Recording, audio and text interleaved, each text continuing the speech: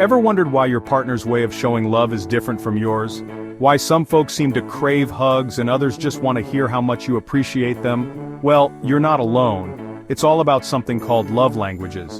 And let me tell you, misunderstanding them can cause a whole heap of trouble in your relationships. Today we're diving into the 5 love languages and what they mean for your relationship. We're going to break down each one, give you some real-life examples, and by the time we're done, you'll be able to spot a words of affirmation person from a mile away. Don't forget to like, subscribe, and hit the bell icon for more insightful videos. Alright, let's talk about words of affirmation.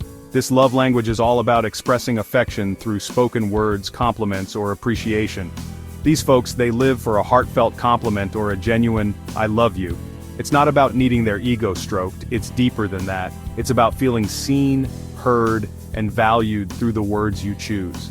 Think about it. When someone you care about says, "I really appreciate how hard you work for this family," doesn't it make you want to go the extra mile? Makes you feel good, right? Now for some people those words are like fuel. They thrive on that kind of verbal encouragement. It's not just about grand gestures either. It's the little things like telling your partner how nice they look in that outfit, or expressing your gratitude for them doing the dishes. These seemingly small gestures speak volumes to someone whose primary love language is words of affirmation. Now if you're with someone whose love language is words of affirmation and you're not giving them what they need, they might start feeling neglected, like you don't really see what they bring to the table. They might even start questioning your feelings for them. On the flip side, if words of affirmation is your love language and your partner isn't speaking it, you gotta tell them. Don't suffer in silence, hoping they'll magically figure it out. Communication is key in any relationship, but especially when it comes to love languages. So, how do you become more fluent in words of affirmation? Start by making a conscious effort to compliment your partner sincerely. Tell them what you admire about them, what you appreciate about them, and how much they mean to you. And don't just do it when they do something right. Make it a regular part of your interactions. Remember, words have power. They can build someone up or tear them down. Choose your words wisely and watch your relationship flourish. Now let's talk about those who value acts of service. These are the folks who believe actions speak louder than words. For them, love isn't about flowery compliments, it's about rolling up your sleeves and showing you care by lending a helping hand. Think about it. Your partner's been working overtime, stressed to the max, and the last thing they want to do is come home and do chores. Imagine coming home to a clean house, a hot meal on the table, and knowing your partner took care of everything just to lighten their load. That's love in action right there. See, for someone whose love language is acts of service, doing those chores isn't about being a servant. It's about expressing love and support in a tangible way. It says, "I see how hard you're working and I want to make things a little easier for you." Now if your partner's love language is acts of service and you're constantly leaving them to pick up the slack, it can feel like you don't value their time or effort. It's like saying, "Your needs aren't as important as mine," even if that's not your intention. And listen, if acts of service is your love language and your partner isn't quite getting it, don't just stew in resentment. Speak up. Let them know how much it means to you when they pitch in and help out. So how do you become fluent in acts of service? Start by paying attention to the things that stress your partner out. Is it the morning rush? Maybe surprise them by packing their lunch or getting the coffee started. Are they overwhelmed with errands? Offer to run to the store or pick up the dry cleaning. Remember, it's not about grand gestures. It's the everyday acts of kindness that truly speak to someone whose love language is acts of service.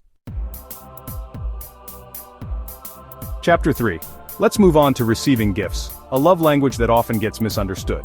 Now before you jump to conclusions, this isn't about being materialistic or wanting expensive things. It's about the thought, effort, and love that goes into a gift, no matter how big or small. Think about it. You walk into your birthday dinner and there, on the table, is a gift from your partner. Not just any gift, but something they clearly put a lot of thought into, something that reminds you of a shared joke or a special moment. That's not just a gift, it's a symbol of your connection, a tangible reminder that they get you, they listen to you, and they care about making you happy. For someone whose love language is receiving gifts, that gift is a physical representation of love and affection. It says, "I was thinking about you, and I wanted to show you how much you mean to me." Now, if your partner values receiving gifts and you consistently forget birthdays or anniversaries, or just show up empty-handed, it can feel like you don't care enough to put in the effort. It's not about the monetary value of the gift, it's about the thought behind it. And listen, if receiving gifts is your love language and your partner just doesn't seem to get it, you gotta tell them. Explain that it's not about the material things themselves, it's about the gesture, the thoughtfulness that goes into it. So, how do you become fluent in receiving gifts? Start by paying attention to the little things your partner mentions. Did they comment on a book they want to read? Surprise them with it. Did they admire a piece of jewelry? Make a mental note for their next birthday. Remember, it's not about breaking the bank. It's about showing your love and appreciation through thoughtful gestures. Chapter 4. Alright, let's talk about quality time. This love language is all about giving your partner your undivided attention. It's about being present, being engaged, and making them feel like they're the most important person in the world when you're together. Think about it, you're out to dinner with your partner, phones down, no distractions, just good conversation, laughter, and genuine connection. You're fully present, listening to their stories, sharing your own, and making memories together. That's quality time, folks, and it's pure gold for someone who thrives on this love language. See, for someone whose love language is quality time, it's not about what you're doing, it's about being present with each other, making a conscious effort to connect on a deeper level.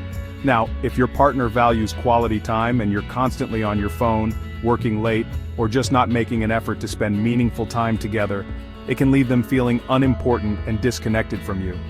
And listen, if quality time is your love language and your partner just isn't making you a priority, don't suffer in silence. Speak up. Let them know how important it is for you to have that dedicated time together.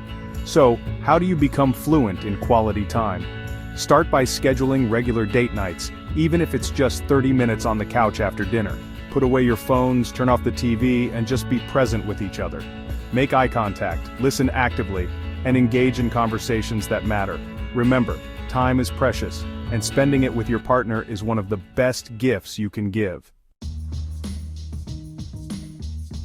Chapter 5. Finally, let's talk about physical touch.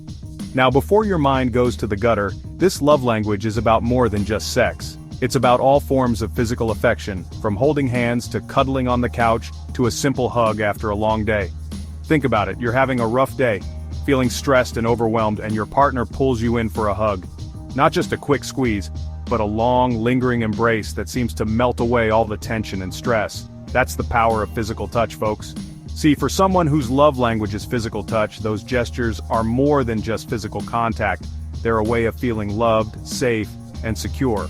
It's about feeling connected to your partner on a deeper level.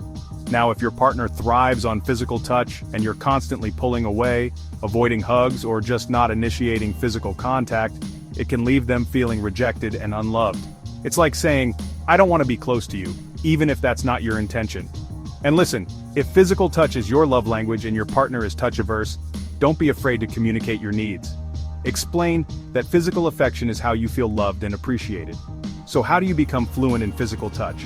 Start by making a conscious effort to incorporate more physical affection into your daily routine. Hold hands while you're walking, give them a back rub while you're watching TV, or just reach out and touch their arm during a conversation. Remember, physical touch is a powerful way to connect with your partner and show them how much you care.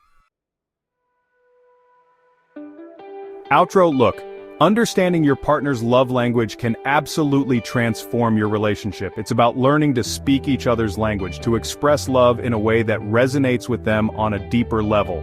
It takes effort, it takes communication, but the payoff is a stronger, more fulfilling relationship. So what's your love language? What makes you feel most loved and appreciated? Share your love language in the comments below, and let us know how it has impacted your relationship. Thanks for watching, and I'll see you in the next video.